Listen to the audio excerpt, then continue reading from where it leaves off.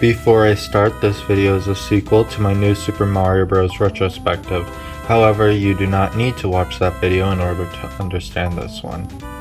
Wonderful, they'll call you wonderful. It does sound wonderful. So to give the basic rundown, I had a Nintendo DS Lite growing up with a copy of Super Mario Advance 2 Super Mario World that later got worn out after I was struggling on Chocolate Island. My mom later got rid of the game and bought New Super Mario Bros. DS that same year, which my sister and I spent a lot of time playing it, from the main story to the minigames in Mario vs. Luigi. New Super Mario Bros. DS is a game that defined my childhood. However, I cannot say the same for the other New Super Mario games, which got worse over time for me, and that caused me to die out of Mario for a bit.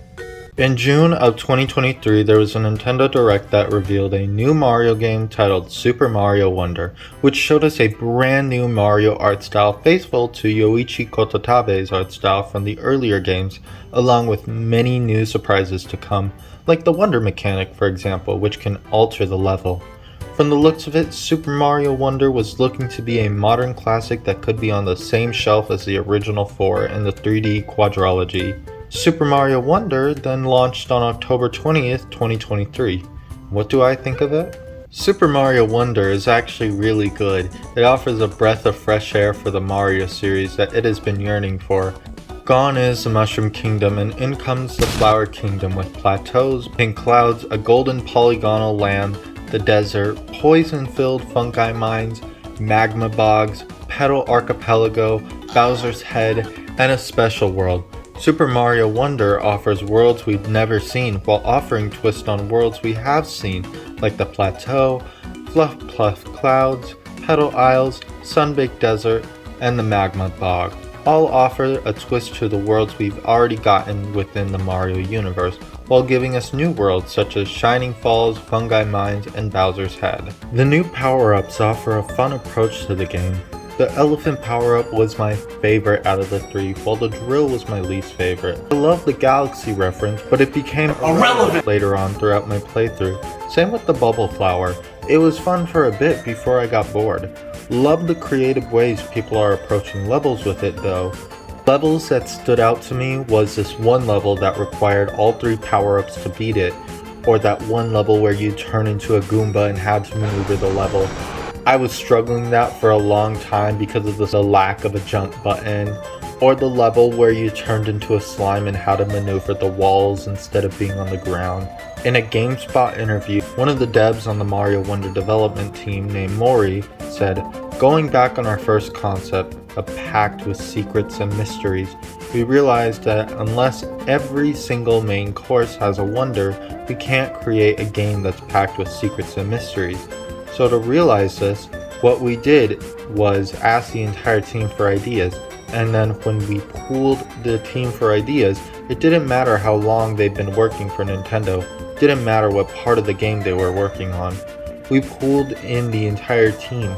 So there are over 2,000 ideas that came out of this, and from that we narrowed it down to those that have potential."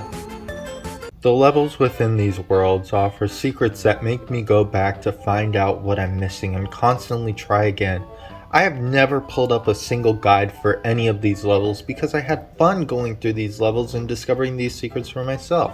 And even when I did, I never got frustrated because these levels are just so fun to play through, and using the different badges also helps with the replayability.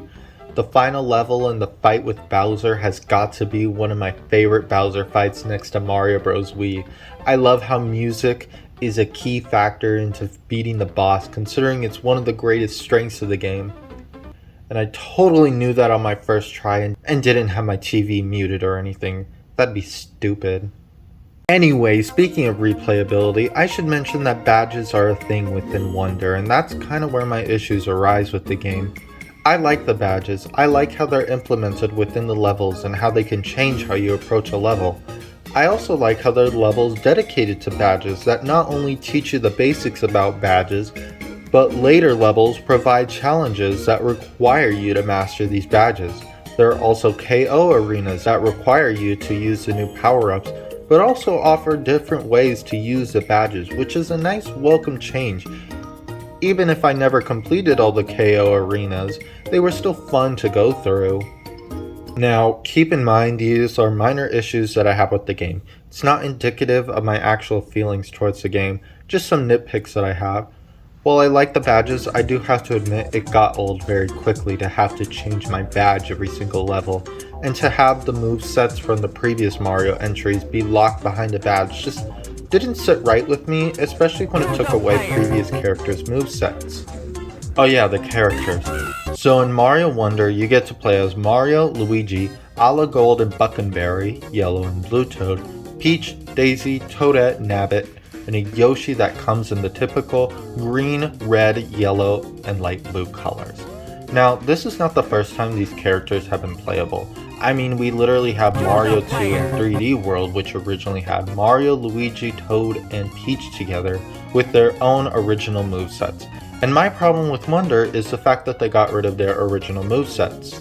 See, in Mario 2 and 3D World, more so Mario 2, every character offered a unique way to go through these levels. Mario is good for beginners or people who want to have a simple fun time. Luigi is for speedrunners with his flutter jump. Peach is for those who, while is the slowest of the four, she can float mid-air, which makes platforming easier and allows for players to find secret exits easier. And Toad is the fastest runner. Going on to your save file and social media for Mario 2 shows which character you played the most, and it's interesting to see how people approach Mario 2, which is why you can see why Wonder disappointed me in this aspect. Yoshi and Nabbit out of all the characters are the only ones that play uniquely. Nabbit and Yoshi can't get power-ups however, but Yoshi can do a little flutter jump, so that's cute. But everyone else plays the same. Luigi's flutter jump and Peach's glide are now reduced to simple badges that can be applied to anyone, making players' playthroughs only use one character and one character only. And I'm sorry, but that just makes replayability less fun for me.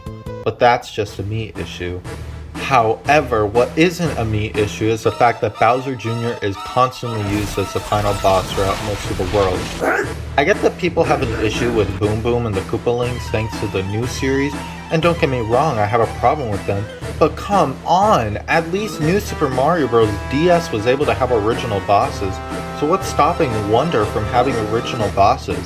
And speaking of bosses, holy crap, the battleship levels are so underwhelming, with the battleship being one crazy auto-scrolling level with an anticlimactic button press. Really? Is that all? And it sucks because Wonder has so much creativity input throughout all the levels and power-ups, yet none of that is present throughout any of the bosses or battleship levels.